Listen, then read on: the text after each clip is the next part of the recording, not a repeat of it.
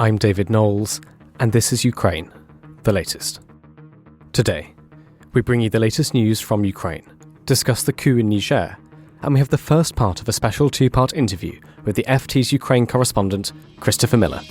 Bravery takes you through the most unimaginable hardships to finally reward you with victory. We need a military strategy for Ukraine to gain a decisive advantage on the battlefield, to win the war. Nobody's going to break us. We're strong. We're Ukrainians. Every weekday afternoon, we sit down with leading journalists from the Telegraph's London newsroom and our teams reporting from the ground to bring you the latest news and analysis on the war in Ukraine. It's Monday, the 31st of July, 157 days since the full-scale invasion began. And today I'm joined by our Associate Editor Dominic Nichols, economics reporter Melissa Lawford, and Ukraine correspondent for the FT and author of a new book, The War Came to Us, Life and Death in Ukraine, Christopher Miller. I started by asking Dom for the latest news from Ukraine. Sure. Well, hi, David. Hi, everybody. It's good to be back. So a number of strikes across Moscow. But first of all, let's talk about Ukraine. There's been multiple strikes across the country last night and across over the weekend. So firstly, a missile attack on actually President Zelensky's hometown of Kryvyi Rih has left 5 dead. So this is we're just on the sort of Zaporizhia, Kherson Oblast region, just on the right bank of the Dnipro. So a 9-story block of flats was hit there. It completely wiped out 5 floors. A local university building was almost leveled. It's killed 5, 43 wounded. You'll see footage of that on our sites and other social media. President Zelensky said in recent days the enemy has been stubbornly attacking cities, city centres, shelling civilian objects and housing, but this terror will not frighten us or break us. We're working and saving our people. Andriy Yermak, Zelensky's chief of staff, he wrote on Telegram, he said, "We need to economically suffocate Russia to deprive the military-industrial complex of the ability to produce the types of missiles with which they kill our people. Destroying Russian capabilities to strike our cities is a priority," he said. Now, this was, as I said, part of a wider series of attacks that hit over 100 towns and cities just in the last 24 hours. This is according to Ukraine's Ministry of Defense. There were other deaths that we know of in Kherson. There will be others too. The MOD there, so Ukraine's MOD said 130 settlements and 91 infrastructure objects were attacked using a variety of weapons. So they're talking tanks, mortars, normal tubed artillery, rocket artillery, air defence systems, aircraft, the whole panoply. The MOD said there are dead and wounded among civilians. The number of victims is being specified. Now, separately, Hanna Maliar, Ukraine's deputy defence minister, said Russian forces have continued to try to advance in the northeast of the country. Now, I think, my view, this is the only area Russia really has the capability and the will to try to advance. Everywhere else, I think they've properly transitioned onto the defensive for now, and this is partly an effort to help that defence. I think Moscow troops pushing hard in the northeast as a way of trying to force Ukraine to divert resources to deal with that threat. Although there's no clear reporting how much, if anything, Ukraine has had to move from the counter-offensive effort down south to deal with this thing in the northeast. But in a media briefing yesterday, Hanna Maliar said on the Liman axis, the Russian Federation was unsuccessful. Nonetheless, during the last week, they have been trying to assault to oust our troops from taken positions. On the northern flank in the vicinity of Bakhmut, hostilities continue. There, the enemy is trying to restore lost positions, and during the last week, there have been combat encounters which have brought about no changes in positions. The enemy has been unsuccessfully trying to restore lost positions in the vicinity of Staromyorska. Now, that was the town taken last week in the southern front. So still a lot of a very little movement actually in the line around the east, around Bakhmut. The Ukraine not seemingly able in recent days to make any more advances around the northwest and the southwest, but there is still very, very active there. Now onto these drone strikes around Russia. This is interesting. 2 people injured when a drone hit a farm in Russia's Rostov region down south. This comes from Baza, a Russian Telegram channel, which has close links to Moscow's security services. They said the drone crash landed near Taganrog in Rostov region. This is we're right up in the northeast corner of the Sea of Azov. We're about 20 k's over the border with Ukraine, about the same distance from Rostov-on-Don, the scene of that the June the 24th mutiny or whatever that thing was. Now, this follows a report of another drone hitting a police station in western Russia, and then in perhaps the biggest strike in recent weeks, early yesterday morning, 3 drones are said to have hit the Moscow City area of Moscow itself. So Moscow City is a glitzy business district. It's got accommodation there as well, but it's part of Moscow. There's social media footage, which you can find again on our website and elsewhere. We're not sure if they're drones, but we think they are 2 things hit buildings. One was allegedly shot down by Russian air defense, but you see there's shattered glass, metal raining down the streets. Russia says 2 injuries. Social media footage shows one of the strikes, pretty dramatic. I mean, it's dark. It happened at about 4 a.m, so it's dark. So you can see this big blast in a fairly swanky street. Our colleague James Kilner, he wrote it up. It's in today's paper. It's online. He said mobile phone footage captured the moment at 4:15 a.m. when 2 drones hit one of the building blocks, the building towers. He said a whining noise could be heard before a loud explosion, and then you hear people screaming. Later, photos showed a gaping hole on the 9th floor of the 42-story skyscraper. Glass, twisted metal and documents from Russia's Ministry of Digital Development littered the street below. Now, in response, Sergei Sobyanin, who's the mayor of Moscow, he said he's attributing it to Ukraine and to drones specifically. He said Ukrainian drones attacked tonight. Facades on 2 city office towers were slightly damaged. Hours later, President Zelensky said gradually the war is returning to the territory of Russia, to its symbolic centres and military bases, and this is an inevitable, natural and absolutely fair process. Now, this was the 3rd drone attack on Moscow in a week, which I think is quite stark. All part, I think, of a Ukrainian campaign plan to erode the confidence Russian citizens have in the ability of Putin to provide security. This kind of thing just eats away at that idea that he is supremely powerful and that nothing can get through the might of Russia's defences. It builds on the back of the Wagner mutiny, and it's all part of that effort, I think, to chip away at the confidence and to just show that this war is not some distant thing. It's there. It's on the streets of Moscow. It's inside Russia. Now, James also reported on Russia's Navy Day parade that was held yesterday in St. Petersburg. This is usually a pretty big set-piece event, but this year, as he reports, it was a little muted. Putin used the event to talk about one of his idols, 18th century Tsar Peter the Great, built the Russian Navy, expanded the empire, blah, blah, blah. But unlike last year, when Putin gave a pretty bombastic speech raging against the US and the West and all the usual suspects, this was a more restrained performance that focused on patriotism and history. He did say he wanted to expand the Navy, but there was no mention at all of the war in Ukraine. Now, I think this follows a pattern of Putin trying to lay claim to the past, placing himself as the spiritual embodiment, if you like, of the Russian soul. I think all his repeated allusion to Peter the Great is actually pretty Orwellian and straight out of the pages of 1984, if you've not read it or seen the movie. But in that, George Orwell said, "He who controls the past controls the future, and he who controls the present controls the past." And I think that's exactly what Putin's trying to do here. Let me take a little break there.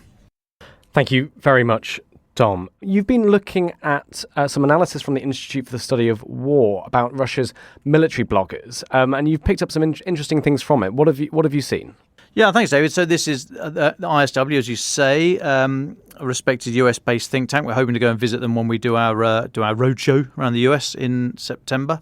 But the last couple of updates, the last 2 days' updates from ISW, I think have been very interesting. They've been dealing specifically with Russia's use of information and specifically how critical reports from the war that have been in evidence from the Russian military blogger community have dried up.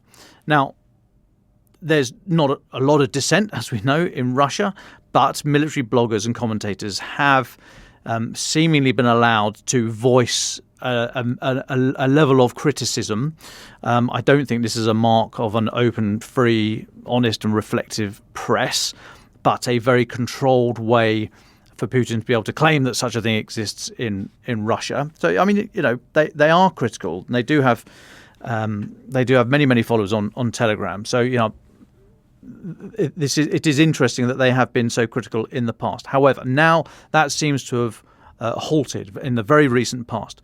We know overt criticism of the war can result in arrests and possible jail terms, and the message from the Kremlin very obviously is that any deviation from the line that Russia's campaign is going brilliantly and Ukraine's a failure won't be tolerated. But the ISW says that these mill bloggers that they say are pro-war ultra-nationalists, they are coalescing around the Kremlin's narrative effort to portray the current Ukrainian counteroffensive as a failure, and they are increasingly overstating Ukrainian losses and writing less about Russia's losses and challenges than they have done in the past. Now, in particular, ISW say that the lack of reaction to a recent strike, Ukrainian strike on the Chonar Bridge, this links Crimea to Kherson, and Ukraine said on Saturday that it had hit it. The lack of response to that represents a notable, this is ISW's words, represents a notable inflection in Russian reporting on the war in Ukraine and may suggest that the Kremlin has directed Russian mill bloggers to refrain from covering certain topics. They say they've not observed any Russian discussion, mill blogger discussion about the strike, or any Russians promoting the claim by Vladimir Saldo, who's the head of the occupation administration in Kherson, when he said that Russian forces had intercepted 12 Storm Shadow cruise missiles targeting the bridge. Now, that claim is probably false. Don't worry about that. But the fact that his words were not picked up, I think, is notable. Now, the only other Russian source to comment on the strikes was a local Russian news Telegram channel that amplified words from tourists in the area about the bridge being closed to traffic. So this bridge, I mean, we talk a lot about the Kerch Bridge, but the Chonar Bridge is very significant as well. It is a notable bottleneck along a critical Russian, as the military say, ground line of communication, GLOC. Basically, a decent favoured route, a good route to resupply forces. Now, that was hit by Storm Shadow on June the 22nd. You may remember pictures. We saw pictures on social media of that strike that punched a large hole through the reinforced concrete road, and Moscow actually did comment at the time, said it had caused serious damage. So, we are aware of this bridge. It has been targeted before. It is a very significant route. As an aside, just pause for one moment to give you an idea of what an addition Storm Shadow has been to Ukraine, and how it has, it's great in itself, but it has freed up other munitions for other tasks. So it's allowed GMLRS, for example, the guided multiple launch rocket systems, to concentrate on counter-battery fire, so going after the Russian artillery. And it's thought that the Antonovsky Bridge in Kherson needed dozens of GMLRS strikes during the Kherson counteroffensive last summer before it also was as damaged as the Chonar Bridge has been damaged by one Storm Shadow. That gives you a bit of a comparison. But anyway, back to the response to this attack. Now, that June the 22nd Storm Shadow attack on the Chonar Bridge, the Russian mill bloggers, they toys out the cot properly. I mean, absolute outrage, and they reflected concern, and they were critical of Russia's armed forces. Now, ISW say it is highly unlikely that they would voluntarily ignore a successful or even unsuccessful Ukrainian strike on the bridge so soon after that June the 22nd hit. Now, they may be shaping their coverage of the war in Ukraine to be more favourable to the Kremlin out of fear of punishment. We've seen the recent removal of prominent critical voices such as Igor Girkin, and obviously the response to Prigozhin and the Wagner thing. But the general fear of Kremlin punishment, the ISW suggest, would not likely result in such a near universal lack of coverage of such a dramatic event.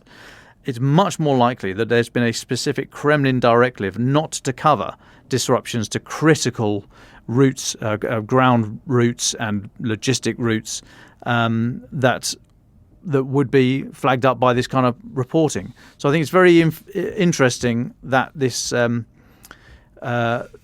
that we cite the Russian mill blogger community quite a lot, and we look at Telegram, and we always sort of caveat it with saying we don't really know, and we wouldn't ordinarily trust these people, but in the absence of information, this seems to be reasonable.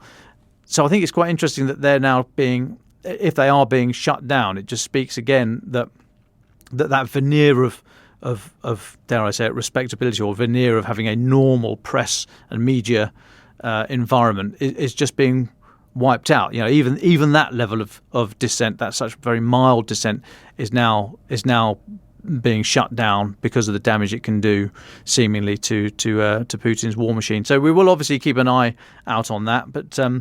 But yeah, sometimes it's what you're not hearing that's just as significant as what you are. No, absolutely. Thank you very much, Dom. Just to finish today then, as mentioned, we have 2 interviews going into today's podcast, so do listen to them later. That is why today's space is going to be slightly shorter. But Dom, can I just hear your final thoughts for today, please? Yeah, so final thought, I would just like to mark that the 29th of July, so where are we? What's that, Saturday? That was the year anniversary, if you like, or marked a year since the Olenivka prison massacre. Now, you may remember there were a number of Ukrainian prisoners of war, many of whom, if not all, had come from the Azovstal complex in Mariupol. They were held in a prison in Molodizhne. This is so we're in Donetsk. Molodizhne, it's near the town of Olenivka.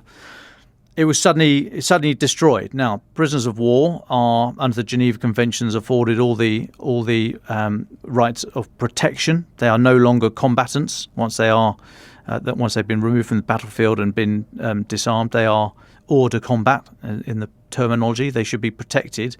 But the building in which they were being held was suddenly destroyed. Killed 53 prisoners of war, injured 75. Always suspected that it was a Russian strike or a Russian blast, possibly there were suggestions it was to cover up evidence of war crimes and torture and killings there. On the 3rd of August last year, UN Secretary General Antonio Guterres, he did actually say, he announced a fact-finding mission. This was supported initially by Russia and Ukraine.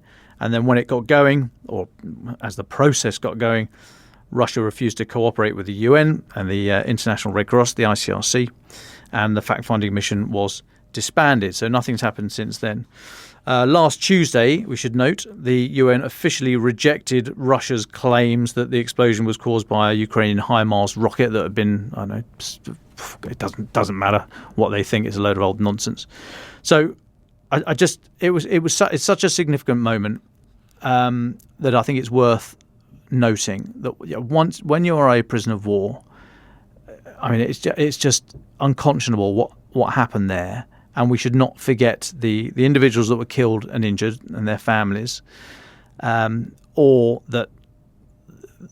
Make your own mind up, of course, but the very strong suggestion that this was a deliberate act by Russia to silence these people, punish them for their stout defence in Azovstal, whatever you want to say. But the fact that yet another war crime has been committed on such a scale, I think, is worth noting. And so I think it happened over the weekend, but 1 year since the 53 Ukrainian prisoners of war were killed in the Olenivka prison, I think is worth noting.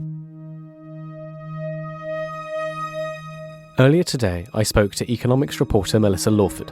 Melissa has been looking at the coup in the West African country of Niger. Just yesterday, supporters of the coup attempted to storm the French embassy after marching through the capital waving Russian flags and chanting the name of Vladimir Putin. The country might be thousands of miles from the war in Ukraine, but the fight over influence across the world for political capital and resources continues. Here's our conversation. Melissa Lawford, you've been following this story. Can you sum up what's happening in Niger? Last week, the president, Mohamed Bazoum, And he was one of the West's last allies in the Sahel region in northern Africa. He was detained by his own presidential guard last week. He's still detained.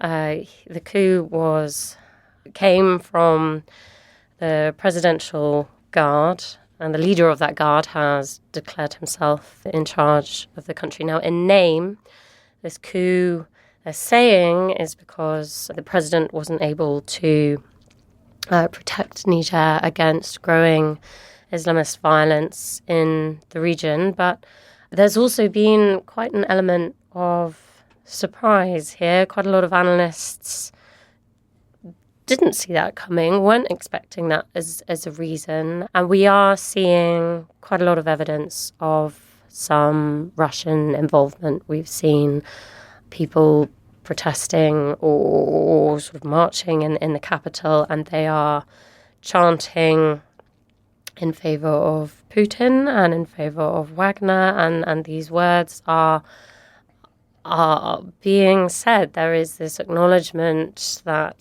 this is a Russian presence and it is an anti-France movement because Niger was this former French colony. France has troops stationed there, and there is this sense that this is Russia expanding its sphere of influence. As you mentioned, this all comes in the context of sort of wider instability in the Sahel. Could you just briefly talk about what's happening in the region? In the last few years, there's been a lot of instability across the region, and there's been these jihadist insurgencies. And what we've seen recently is Mali and Burkina Faso have both kicked out the French troops that were stationed there. And we've seen Russia expand its influence in those two countries. And now Niger, which was the kind of last Western post. America also has a very large drone base there. Now that kind of sphere of where that instability and Russian influence is spreading west. So there are fears that, Niger won't be the last, and we could see this move to Chad. We've also, Russia's also got a kind of presence in Sudan. It's also got a presence in Libya. And geographically, that becomes pretty significant. You've mentioned a few times Russia's involvement in this coup. Could you talk a bit more about that? How are they involved exactly? It seems to be a fairly indirect thing. This is Niger's coup. It's not official, but when you have large numbers of the population chanting things like "Long live Putin," "Down with France," it's very evident that there is this connection, and there is this sense that Wagner is supporting things. That it's just very, very clear that there is a kind of connection.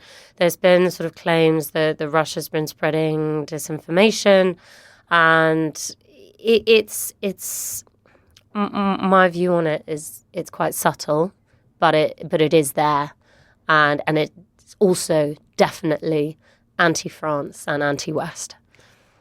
Let's move then to the impacts on the West. What does this mean potentially for Europe's energy supply? This is kind of one of the forces of your article. So there are a few elements here. The first is on nuclear power. Niger produces about 5% of the world's uranium, but it exports 100% of that to France. And obviously we know France is a major relies quite heavily on nuclear power. It makes up about nearly 70% it's how it produces nearly 70% of its electricity. And France also exports to Germany, and so we have this wider picture of nuclear energy in the European Union, which in total gets about a quarter of its electricity from nuclear power. So that is a fairly small chunk. I think overall Niger makes up about 11 or 12% of France's uranium imports. But what this highlights is that there is a wider issue with uranium here, which, by the way, is not under sanctions. So nearly 2/3 of France's uranium imports last year came from countries that are now either Russia or they're in Russia's sphere of influence. I mean, 30% of France's uranium imports came from Russia directly. We saw 12% come from Kazakhstan, 9.6% come from Uzbekistan. So, there is this situation where that is, I don't know, there's a question mark over that. Niger is analysts saying Niger is more dependent on France for its exports than France is on Niger for those imports. But looking at that wider picture, suddenly the supply chain of France's uranium is looking more vulnerable. And we can put that in, when we look at that in the context of the climate following the energy crisis, demand for uranium has been rising globally. We've seen prices go up pretty significantly in the 2 years to January 2023. Price of uranium globally rose by 74%. And then in the first 6 months of this year, we've seen it climb by a further 11%. And we've got a lot of countries ramping up nuclear power as a way to make their energy supply more secure. And so I think there is this risk attached to Russia, not quite having a monopoly over that supply, but having influence in it. And then the second point, which I do think is worth mentioning, is one of the things that Europe has done in the wake of the war to shore up its gas supplies or diversify where it's getting its gas from. There is a pipeline being built from Nigeria through Niger to Europe. It's called the Trans-Saharan Gas Pipeline. When it's complete, that's going to send about 30 billion cubic meters of natural gas to Europe every year, which is about enough to satisfy 30 million European homes. And that is one of the things that Europe has been doing to fill this gap of all the gas that it used to get from Russia, which was about 155 billion cubic meters per year. And again, that if Russia has more influence in a country where this pipeline is being built, there's a risk attached to that. It's not a direct risk. These things aren't. It's not suddenly taking control of that, but I think we have a responsibility to be aware of these risks. A lot of these impacts are on France. Can we talk about France's strategy here? I mean, is there one? How difficult is this for Emmanuel Macron? This is a difficult zone. France is in a difficult position here. It's got about 1,500 troops stationed there. Macron has come out and said he's been talking with the ousted president. He's saying he will not tolerate any attack against France and its interests. The EU has come out and said it's not recognising the military leaders who say that they've taken control. The EU is suspending security cooperation. France is cutting development aid. So, there is movement here, but some people feel frustrated by France's response and want to see something more aggressive in response here. I think Macron is going to be very wary of inflaming anything further than he needs to, but some people certainly are feeling frustrated by the lack of definitive response. And how does Russia benefit from this? There are a few ways. Obviously there's the energy dynamics that we've mentioned. There's also a question of general resources in Niger. Some analysts have been telling me about Wagner's modus operandi is gold, and there is gold in Niger, and maybe Russia will move on that and start taking some as a way to bolster their own reserves or pay their troops. There's evidence they've been doing that elsewhere in North Africa. But I think the biggest thing here is it's a question of influence and Russia's presence in this region, and a kind of idea of control and expanding that presence.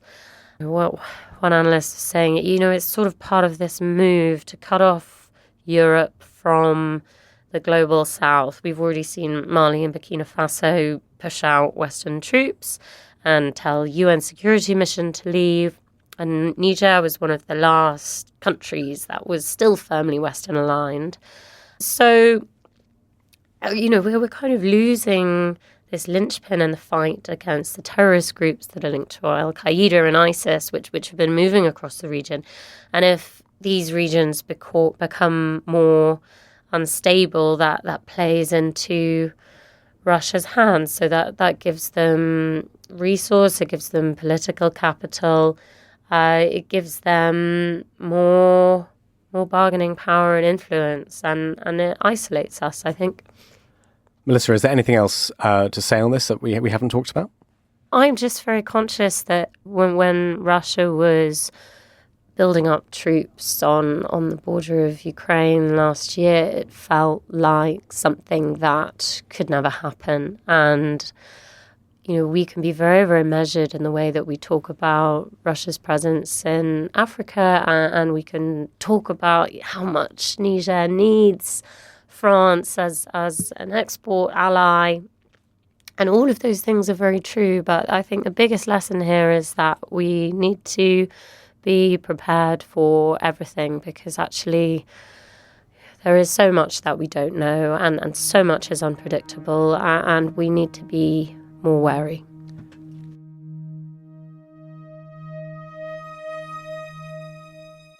Early today, I spoke to Christopher Miller, Ukraine correspondent at the Financial Times and author of a new book, The War Came to Us, Life and Death in Ukraine. In the first of this two-part interview, we speak about his time living and working in the country, his years reporting from the front lines, and the development of the Ukrainian military since 2014. Here's Christopher Miller.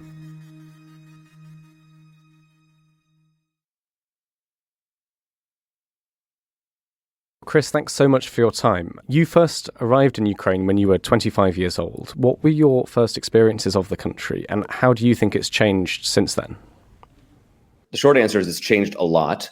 When I arrived here, I knew very little about the country. I had not visited Ukraine before, and I had not actually been further east of London at that point. So Ukraine was brand new to me. It was very different from anything that I had seen or experienced previously growing up on the west coast of the US in Portland, Oregon. Obviously, the size of Kiev was much bigger than Portland was. And there was a language barrier, of course. In school, I had studied Japanese, which certainly did not help much in Eastern Europe. And I had no plans in arriving in Ukraine. It was actually now I could say a fortunate accident, me arriving there, because I had actually asked the United States Peace Corps program to send me to Africa. And I was really interested in going somewhere in sub-Saharan Africa with this program that sends volunteers abroad for 27 months at a time. And they came back and said, we would love to accept you and send you abroad, but we're going to send you to Ukraine instead. Is that fine? And I said, yeah, sure. So I ended up in Kiev with hopes of actually making my way to Western Ukraine or Crimea, both places where there is beautiful forests and mountains, and being in Crimea, being close to the sea, sort of like where I grew up in Portland, I thought would be interesting. And what happened was they sent me to far eastern Ukraine, just a couple of hours from the Russian border, in the city of Bakhmut, which at the time was called Artyomovsk still. It had been named by the Soviets after an ally of Stalin. And so his name was Artyom. It had been called Artyomovsk. Now a lot of people and many of your listeners will recognize it as Bakhmut, this place where there was this long 10-month grinding attritional battle before the Russians destroyed the city and occupied it. But long before that, when I arrived, it was this beautiful little town with rose-lined streets, people who cared very much about their family, their friends. They kept to themselves. They were not very involved in politics. I think they were skeptical of the central government in Kiev, who they believed cared more about business in Kiev and holding on to power than many of the regional cities far outside of Kiev. But they were certainly skeptical as well of Moscow. There's this idea that had certainly made its way into the media and into public discourse about Ukraine being divided between East and West, and the East having this great affinity for Moscow and being anti-Kiev. And I've found that not to be true, even as far back as 2010, when I arrived just a couple of months after President Viktor Yanukovych, who was a very Moscow-friendly president, had come to power. And people had a really strong regional identity. They would tell me, we are from the Donbass, meaning Eastern Ukraine, this region that was rich in minerals and coal in particular. Around Bakhmut, there were these salt mines in Soledar, just a little bit north of Bakhmut. And people were really proud of their local culture and heritage and their region. And, it was equidistant to Moscow and Kiev from this place. So I spent 2 years living there. It was quaint. The people were at first skeptical of the only American living in this city of a little bit more than 70,000 people. Eventually, they warmed up and neighbors became close friends. I was working at two of the city's schools, as well as the library, and got to know the mayor, who actually is still mayor of Bakhmut even today. And, I made a lot of really close friends who remain close friends even today. And unfortunately, I can't say that they remain in Bakhmut because, as I mentioned, the city's been destroyed now. And that was something that was particularly difficult to see over the course of the last year and a half, because like I said before, it was this beautiful little town with roses and parks, and in a region where it was grimy and rough because of the coal mining and the heavy industry there. Bakhmut was sort of this diamond in the rough kind of a place that everybody knew was a little bit cleaner and just kind of a step up from some of the other places at the time, and the shape in which the cities were in. Gorlovka, for example, or Slavyansk or Kramatorsk, some of these places are still under Ukrainian control, some under Russian control. And so over the course of the last year and a half, I watched that city be turned into essentially a pile of rubble, with huge high-rise apartment buildings being completely destroyed by heavy artillery, Russian airstrikes. And it was a surreal experience to see that happen essentially in real time, and sometimes in front of my eyes during a string of several days of reporting inside the city. The people that you knew in Bakhmut, where have they gone?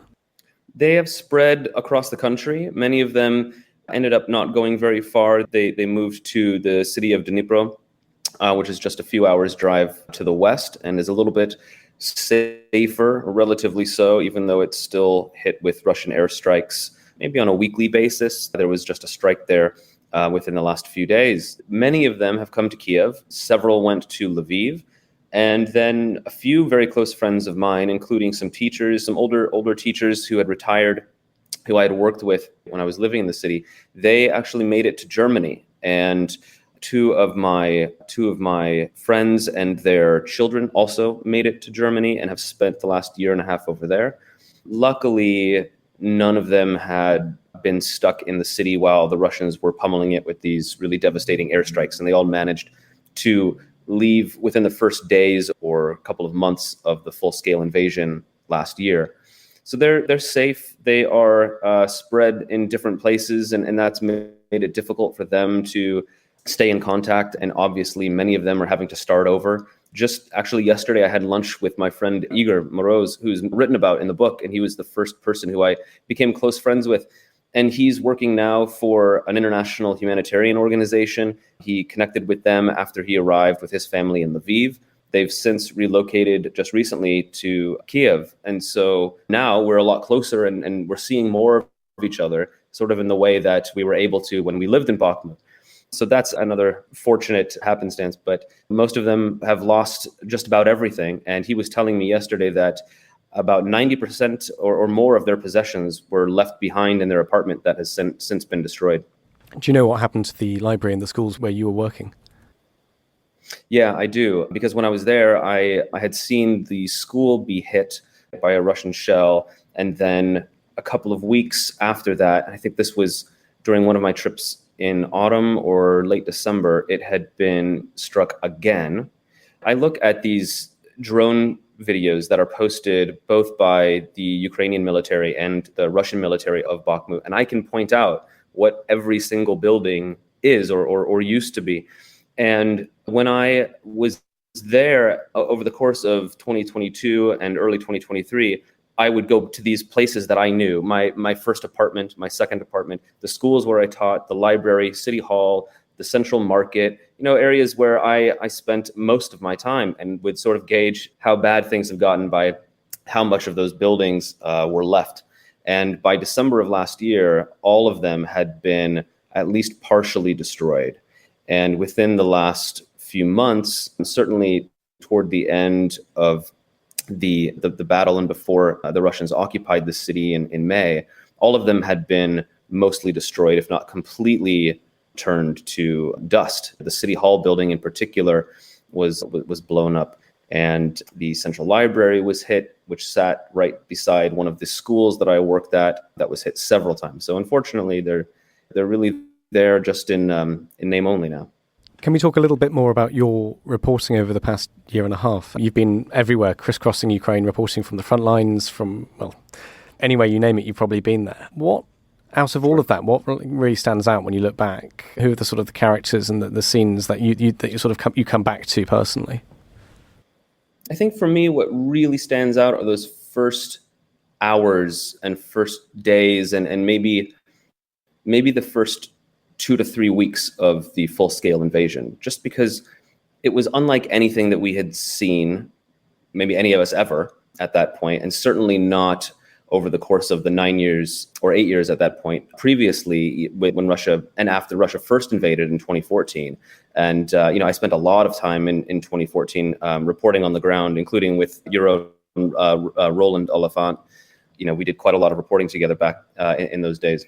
And I think he would agree that, the scale of this was just so terrifying and much, much bigger than anything we had seen. And there was this real feeling of uncertainty.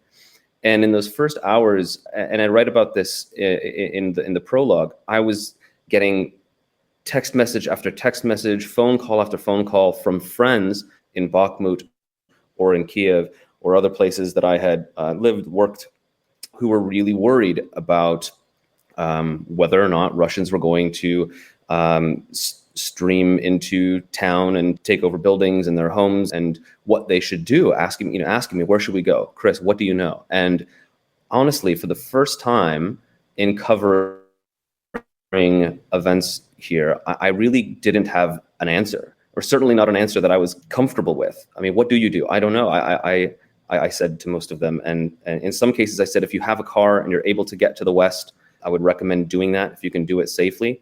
But I knew that they would also find roads backed up miles and miles with vehicles, and people also doing the same thing. A lot about my close friends and acquaintances, but also the people who I met in my reporting, who were among those who jumped into action, ran down to the police stations to take up arms, or ran to one of the many arsenals that swung open their doors and just started handing out Kalashnikov rifles to men and women. You really just had to show your passport, and they just made sure you were a Ukrainian citizen, and they'd hand you a rifle and you would find a place to go, which I just thought was remarkable. But also these people with no military training leaping into the fray in this moment of such great uncertainty, when at that point, the Russian military, which is supposed to be the second most powerful military in the world, is heading toward your home. So I think a lot about those people who I saw taking up arms, or the families scrambling to get one of the last seats on the trains leaving Kiev, or the musicians who I met at a pizzeria, leaving behind their instruments and also taking up arms to go and fight and joining a police unit. And there was just so much happening in those few weeks. You mentioned there that of course this war, the full-scale invasion, comes after the 2014 invasion. And we all make those mistakes and say things when we're interviewing people, and say things like, so when the war started, and people will say, well, no, it's being It didn't start in February 2022. It started in 2014. What's your impression of how the Ukrainian military has changed since then? It's been completely overhauled. I mean, the military that we see today is one of the largest in Europe. And in 2014, when Russia first invaded, I remember at the time, and in interviews that I've had since and sort of looking back, that the military had just 5,000 to 6,000 experienced troops who they would have been able to use, assuming that all of them accepted their orders to respond to Russia's invasion. And so what we saw actually in 2014 was Russia covertly invading with these quote unquote little green men, if you remember the popular buzzword from back then, because Russian soldiers had taken off their insignia and rolled in Ukraine under the guise of this separatist uprising. And so, that's a whole other thing. And there was a lot of confusion around that. But the Ukrainians who responded were not largely the regular military. Many of them actually on armored vehicles, and including wanting to open fire on who they saw in some cases were their own people, or fearful of igniting a more serious, large-scale war, if believing these were Russian soldiers and knowing that they were outnumbered and outgunned. The people who leapt into the fray back in 2014 were actually, many of these revolutionaries who had helped to overthrow Viktor Yanukovych in the 2013-2014 Euromaidan revolution, now called the Revolution of Dignity. And so in a very similar way, as February of 2022, when many of these people I just mentioned grabbed arms from the police stations or from their home or took whatever they had and, went to go fight against the Russian invaders. That happened also in 2014 on a slightly smaller scale and in the wake of Crimea's annexation and the revolution. And so these were Ukrainian football fanatics. They were sort of the toughs who were on the Maidan, but they were also ordinary citizens, historians, teachers, police officers. There was a lot of chaos and disarray, and these volunteer battalions popped up, and with no official connection to the military, began organizing themselves and responding, and actually doing a fairly decent job of not letting Russian forces get further than they did in Donetsk and Lugansk regions of eastern Ukraine, and then even pushing them back further before about 8 or 9 months into that first invasion, they were able to stop Russia at this line of contact for this period of 8 years prior to the full-scale invasion. But in that time, Russia, of course, was preparing for its full-scale invasion, but Ukraine was also building up its military.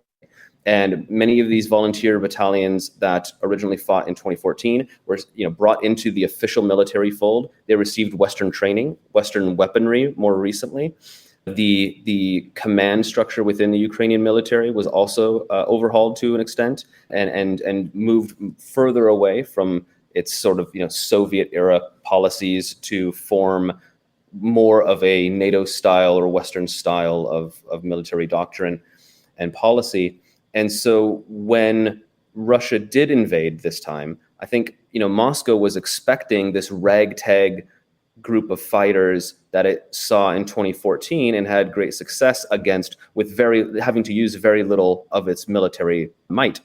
And what happened instead was there were these volunteers who, leapt into this and helped stop the Russians around Kiev. But ultimately, what really has kept Russia from capturing Kiev, from capturing Kharkiv, and certainly from not advancing further over the last many months into Ukraine is this now hundreds of thousands of strong Ukrainian military that has been largely westernized, that has, in the cases of tens of thousands of soldiers, a lot more experience in the type of warfare that we're seeing now than even many NATO militaries.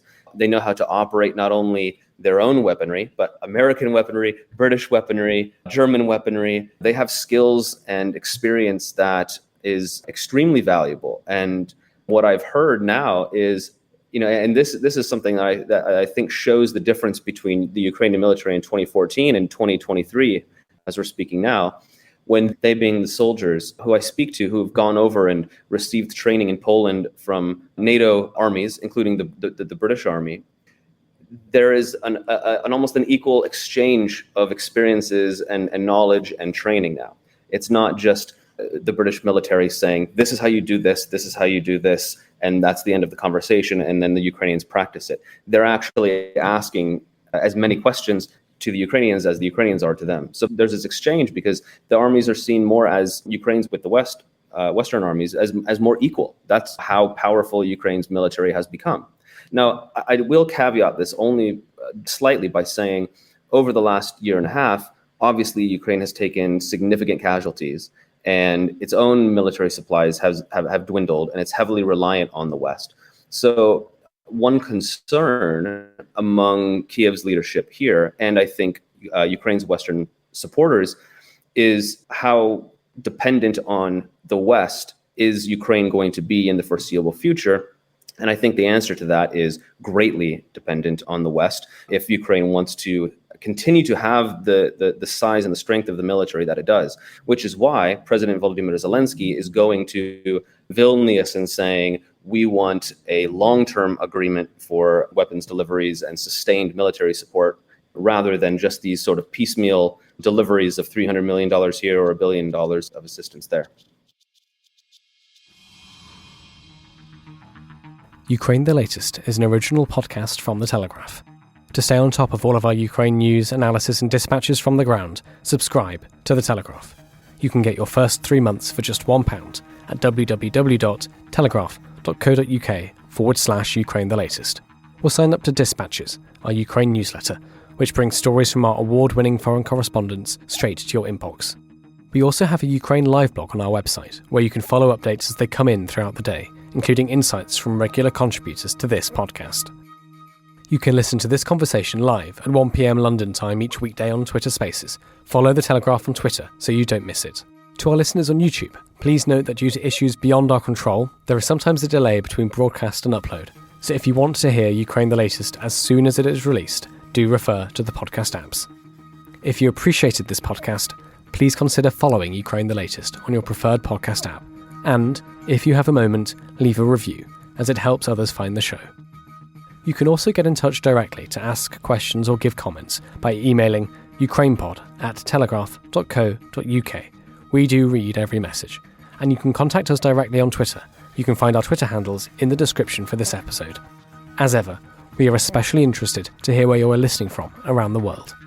Ukraine the Latest was produced by Giles Gear, and the executive producers are David Knowles and Louisa Wells.